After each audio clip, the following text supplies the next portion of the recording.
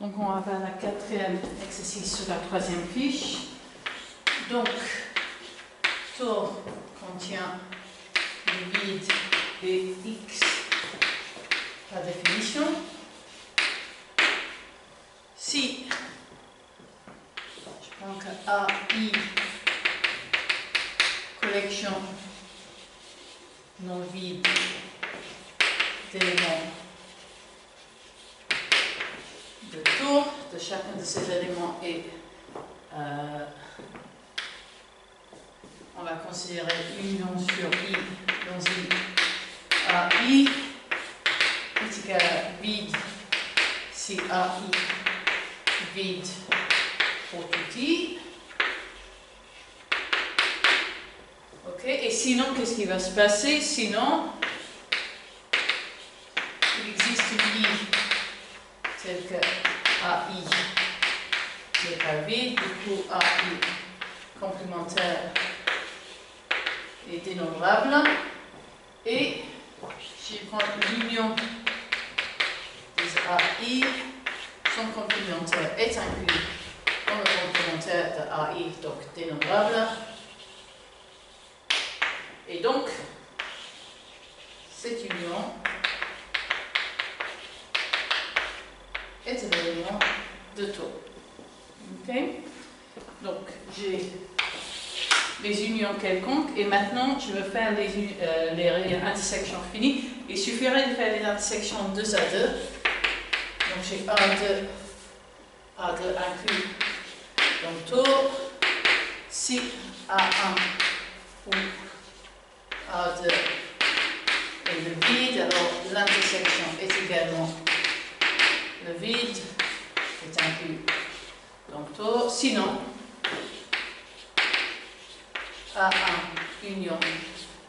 intersection A2 complémentaire est égal à l'union de A1 complémentaire union A2 complémentaire. Ces deux ensembles sont supposés dénombrables, donc leur réunion est également dénombrable. Et donc j'ai bien que cette intersection est dans tout.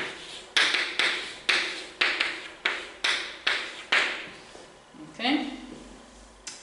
Ensuite, on va prendre AI dans tout pour tout I, dans N, puisqu'on fait une réunion dénombrable, et on va supposer que AI n'est pas le vide pour tout I, sinon l'intersection est également le vide et c'est fini.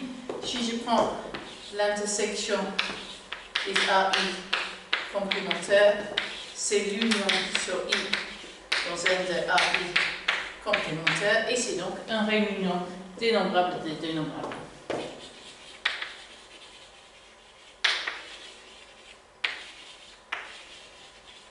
Et donc c'est dénombrable.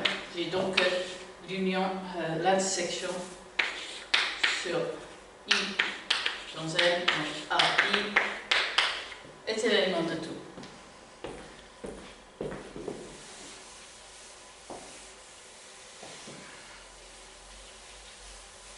Après, il est demandé de regarder les chaînes telles que les suites stationnaires. Donc si j'ai xn dans x, xn converge dans tout vers x, je vais poser S qui est la collection des xn, des points pour xn différents de x, et ceci est un ensemble dénombrable.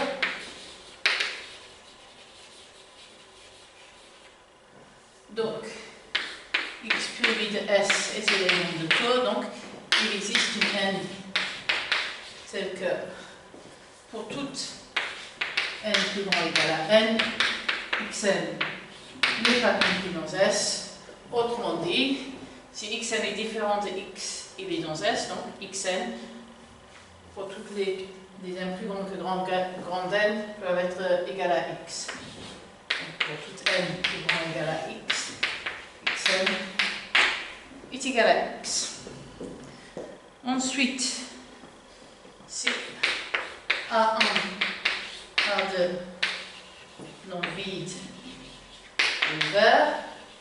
Alors je vais regarder A1 inter A2 complémentaire, c'est l'union des deux dénombrables, qui sont le complémentaire de A1 et le complémentaire de A2, qui est donc différent de X, puisque cette quantité ici, cet ensemble ici est dénombrable, et celui-ci ne l'est pas.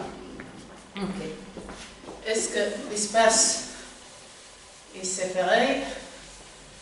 Non, puisque je ne peux pas avoir deux ouverts qui ne s'intersectent pas.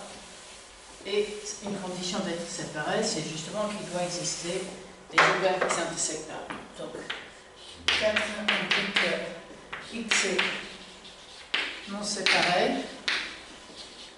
Et pour le numéro 6, on peut dire que si Xn est un ensemble dénombrable, je vais appeler ça T, alors X figure T est un ouvert qui ne rencontre pas T.